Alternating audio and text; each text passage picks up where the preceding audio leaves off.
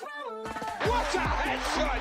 What a head! How's it guys, this is Dayvy, FPL, and welcome back to the Fantasy Premier League video here on my channel. Now in this video, I'll be taking you guys through my transfer plan for the upcoming Game Week 26. So Game Week 26 is just a single game week, but it does have quite big implications for the future game weeks. We're going to talk about all that good stuff in terms of the FA Cup and the chip strategy a little bit later on. Now you guys know me and my transfer plan and the format. I'm going to be going over a team review of the current double Game Week 25 / blank Game Week 25. Yes, I know, hasn't actually concluded yet. We do still have those Wednesday fixtures. But I'll be giving you guys an update on the team and whether we're currently on a green or red arrow. Then I'll be moving into the actual transfer plan, and that's where the Game Week 26 wildcard talk starts. I'll be giving you guys an update on that, as well if I choose not to wildcard, what are my free transfers going to be. So something you guys are interested in, sit back, relax, and let's get straight into it.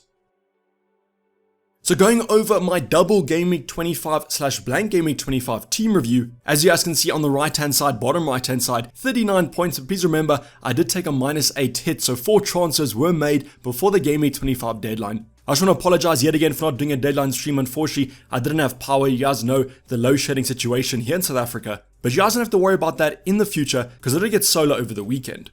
But going back to the -8 hits, so currently on 31 points after that -8, which is a massive game week rank of 6.2 million, and that's our red arrow to about the 270k mark.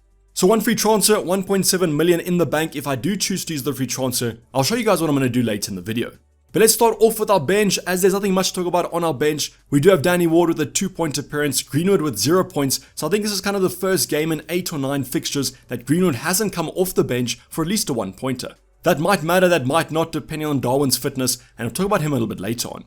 Then obviously Rashford and Trippier both had a blank game week. I wanted to keep them for the future game weeks, and that's why I just placed them on my bench.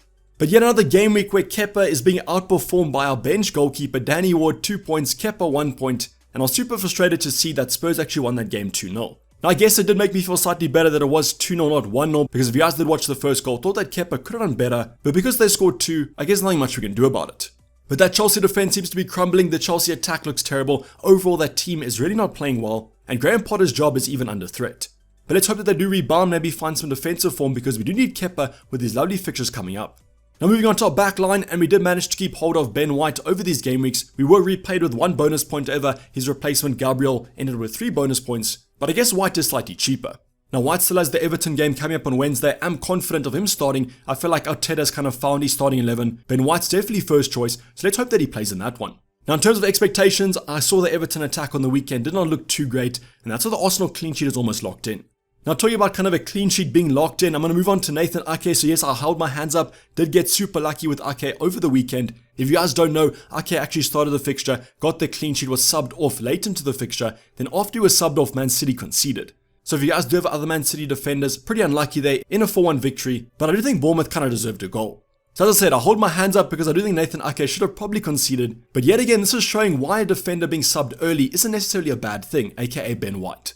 Now we're going to move on to 2 transfers that we brought in, and I know what you guys are thinking, why did I bring in 2 Everton defenders, maybe from even a -8, I think a -4 was probably for another move, but let's just say a -8. Why did I bring these assets in? Well, the first one was actually Mikalenko in for Nathan Patterson. I did this about 30 minutes before the deadline. I updated you guys on my Twitter page, on the YouTube community page, and on my Discord server. But the reason I went for Mikalenko over Patterson is I wasn't confident about Patterson getting any minutes in double Game Week 25. That seems to be true. Seems like he has had a setback on that knee injury, wasn't even in the squad on the weekend, doubt he'll be in the squad on Wednesday, and therefore I was actually hoping that Mikalenko would get me at least 4 points. Now that's not going to happen probably because against Arsenal I can't see Everton keeping a clean sheet, but the reason I went for Mikalenko over Patterson is that Everton playing blank Game Week 28 and blank Game Week 32. So what I was kind of doing there is going for a longevity pick, taking the -4 it right now, but Mikalenko should start in both those 2 blank game weeks, and therefore the points that he gets this game week and in those blanks should repay the -4 hit.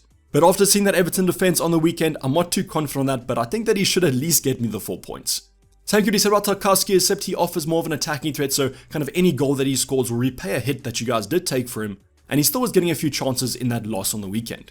Now against Arsenal though, I'm not having any expectations for these 2 players, and as I mentioned with the team selection last week, I wasn't really expecting a massive kind of double-digit haul from a Tarkowski, and that's why you had to limit your expectations. But let's see how Sean Dyche manages to improve that defense, because they do need some improvement, to be honest.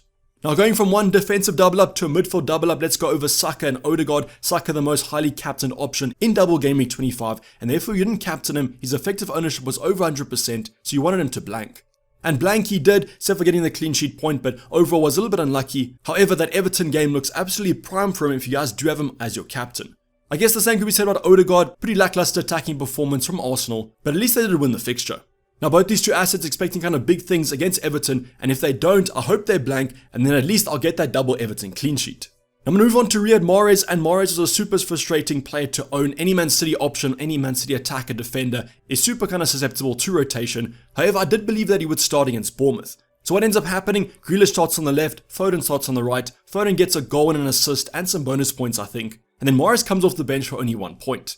So at least he came off the bench because Greenwood obviously got us 0 points. So I'll take the point at the end of the day, but I would have loved him to actually start that fixture and maybe get a piece of those full Foden points. Now, I don't really know what to think about Mahrez because it's not like he hasn't been kind of rested. He was rested in the previous Prem game, started the Champions League game, ended up scoring. So I don't really understand that Pep relate too much. But I'll probably transfer him out this game week or next game week anyways. But I would have absolutely loved it if he started this game week. Now going on to the transfer in was going to be the Liverpool man himself, Mo Salah. Massive expectations coming up on Saturday night. We had Saka blanking, Salah just had to get any attacking return, ended up hitting the post off quite an unlucky long range shot, but he also only got 3 points. Now that Liverpool vs Crystal Palace game, I honestly feel sorry for you guys. Most of you probably don't support Liverpool, brought in 3 of their assets, wanted to watch the fixture, but at least you did get a clean sheet if you had Trent or Robbo. But Trent honestly didn't look like he owned the Liverpool defense in FPL because he was making mistakes all over the place, and honestly I think Liverpool were lucky to actually draw this fixture. But I guess they did have some opportunities. I think Salah's XG was higher than Saka's XG, but I think both players were a little bit unlucky not to score.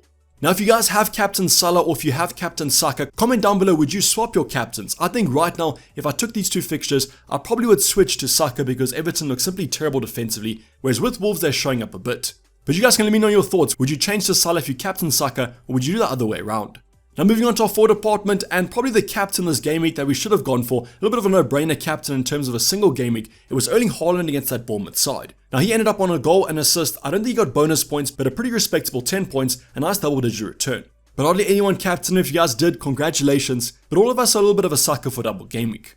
Now the last option was super disappointing. It was Darwin Núñez actually not even making the squad for that Crystal Palace game. He did have that shoulder injury in game week at 24, but because he played against Real Madrid and he came off at the same time as Gakpo did, I thought he had recovered from it and that was simply just kind of a benching.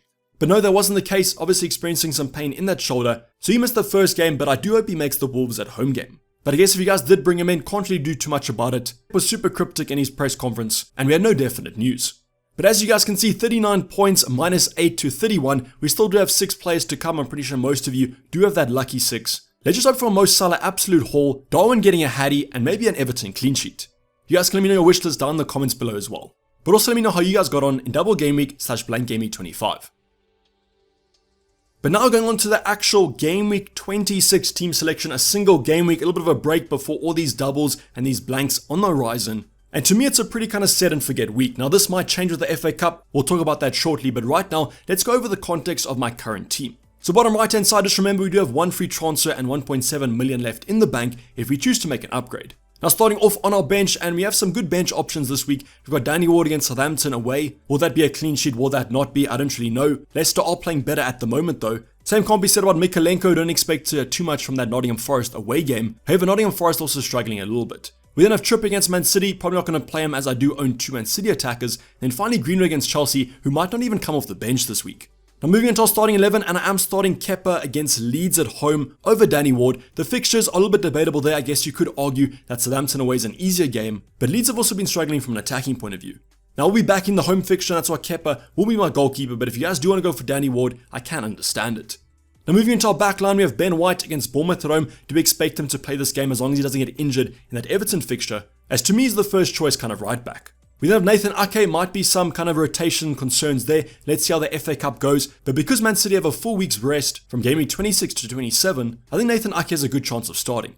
Now Newcastle at home is a pretty tough game, but Newcastle also struggling to score at the moment. And even if he doesn't start, Mikalenko could come off the bench. So Tarkowski comes in for the Nottingham Forest away game, as mentioned with Mikalenko. Don't you know what to expect out of this? On paper, great fixture, but that Everton defense does slightly worry me. But at least Tarkowski offers some attacking threat, emphasis on some. Now moving into our midfield department, and our double up of the week is going to be Odegaard and Saka against Bournemouth at home. Great fixture on paper, we saw what Man City did. 4 goals scored against them. Let's hope that Odegaard and Saka continue that trend, because they could be great kind of differential captains if you want to go for them. Rashford comes straight back into the lineup. Liverpool away is a great game on paper. You guys would have seen the XG stats for Liverpool are simply terrible, and Rashford's on great form at the moment.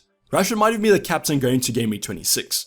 We then have Mo Salah, same fixture there, except there's going to be United at home. So nice little Manchester-Liverpool derby. However, I don't want to be a Liverpool fan this weekend because I do think Man United are going to destroy us. But maybe Mo Salah can sneak a goal on the counter. Now, no reason to kind of take out Mo Salah this week, especially if Liverpool do play in blank game week 28. But just keep your eyes on this move because Liverpool's form is simply terrible at the moment. Then finally, we have Riyad Mahrez, same kind of story every week. Is he going to start? Is he not? If we do get news that he won't, I might transfer him out for a Brighton midfielder. Then finally go into our forward department, Erling Haaland against Newcastle, looking to see if he starts in the FA Cup this midweek because Man City have had a kind of favourable draw. So if he is rested, should be fine for the weekend, and this is a must-win for Man City in that title race. Then our final forward and our final player, Darwin Núñez, let's just see if he starts against Wolves. If he doesn't, probably going to be a transfer out, and even if he does start, might even transfer him out still. Now, last kind of initial captaincy thoughts. This week is a very interesting week. I can honestly see multiple options. Could go for a Saka, could go for a Rashford, but currently I'm going to stick out on Erling Haaland. I know that he has blanked over a few of the last couple game weeks, but I just believe he's the best FPL asset in the game, and that's why I'll be going for him. But if you guys do want to go for differential, I think that Rashford and Saka are simply outstanding, and this might be the week to go differential because of those fixtures. Let me know in the comments down below, who are you captaining, at least as an initial thought, going to game week 26. But now going on to the transfer plan, and the first talking point I want to go over is the introduction of the wildcard in game week 26. Now why I'm saying this is that you guys would have seen my chip strategy video last week, the ultimate guide last week. I really emphasized the fact that this week is super integral to when you guys are going to use your chips. So the FA Cup is taking place on Tuesday and Wednesday. We'll probably be having the draw of the next round of the FA Cup on Wednesday, and that's going to tell us who definitely blanks in 28 and who could potentially blank in game week 32. The Game Week 32 blanks obviously based on the Game Week 28 fixtures that will be played in the FA Cup. So if you guys do understand that, but if you don't, just comment it down below and I'll explain it to you again. So the reason why the wildcard in Game Week 26 could be quite integral is that we talked about this kind of set chip strategy that most people might be looking at. Currently there are going to be two. The first one's going to be wildcard in Game Week 33. The other was wildcarding potentially in Game Week 27, taking advantage of those Brentford and those Brighton doubles in Game Week 27. Then you guys can choose to free it in Game Week 28 if you want to, before we have that big double in 29, whereas if you wildcarded in 27 or 26, you probably use the bench boost. Now there's been a big shift of potentially moving that Game Week 27 wildcard to Game Week 26, and the reason for that is that Brighton and Brentford have good fixtures in this upcoming game week. Brentford have Fulham at home as far as I know, and Brighton have West Ham, before obviously there's lovely doubles in 27. So what you guys can do is get on those bandwagons before most options do, but obviously that 1 week of information could be quite valid. Now please, before you guys choose to wildcard activate the chip, please wait for this Tuesday and this Wednesday fixtures. I just wanted to introduce this talking point to you so that you guys can kind of start thinking, and I'll update you guys on the progress of this throughout the week. But all I can say is have an open mind because there could be some massive upsets in the FA Cup that could change our chip strategy. But now going to the transfer plan, if I don't choose to wildcard, if I want to use my free transfers, I think this week will probably just be the free transfers. Unless you do get news of a potential Mahrez benching, then I'll probably move him out for someone like a Matoma or one of the other Brighton midfielders. But right now the move that I will do, even if Darwin Núñez is back or not, is probably take the Liverpool striker out for the Brentford striker Ivan Toney. Now please take note of Ivan Toney. Yes, he does have that kind of yellow card threat looming, but I think that he should be fine to play for the double at least. So you guys can see the fixtures there, Man United at home, Bournemouth away, and Fulham at home. So you guys do have to keep Darwin Núñez, not the end of the world there, has a lovely game potentially in Game Week 28. So please just remember that Fulham at home game is a potential, and the Leicester game for Brentford is also potential, depending on the FA Cup results. So Darwin has some nice fixtures coming up, but not the United one, and that's how I might just jump on the bandwagon of Toney, because I'd want him by Game Week 27 anyways. So Ivan Toney is Everton and Southampton away in that double, and I might even captain him going into that double game week. So for me, it's kind of a no-brainer, especially if Darwin Núñez is going to be out, but what does make it a little bit more tough is if Fulham actually lose against Leeds in the FA Cup, and then Darwin has a fixture in the blank. But what I might do then is just kind of do a transfer rotation, Toney in this week, Darwin in come game week 28, as I really do like this move on paper. Now another move that you guys can do is on Ollie Watkins. He plays in blank game week 28 already, has a lovely fixture, but I simply prefer the double in 27 of Ivan Toney. So this transfer is pretty laid out. I think it's a simple switch. Let's hope there's no injuries in the FA Cup and those last remaining games in double game week 25, because then we can have a nice relaxed deadline stream. But let me know what transfer thoughts you guys are thinking about doing. Are you looking to wildcard in 26 as well? But just don't have a set out plan right now. But that's the wrap of the video, guys. Hope you did enjoy it. Please hit the like if you didn't subscribe if you haven't subscribed yet. I'll be seeing you guys for multiple videos coming up this midweek. Otherwise, pay attention to those FA Cup games and those remaining games of double game week 25. I'm signing off Dayvy FPL and I'm out. Cheers, bye.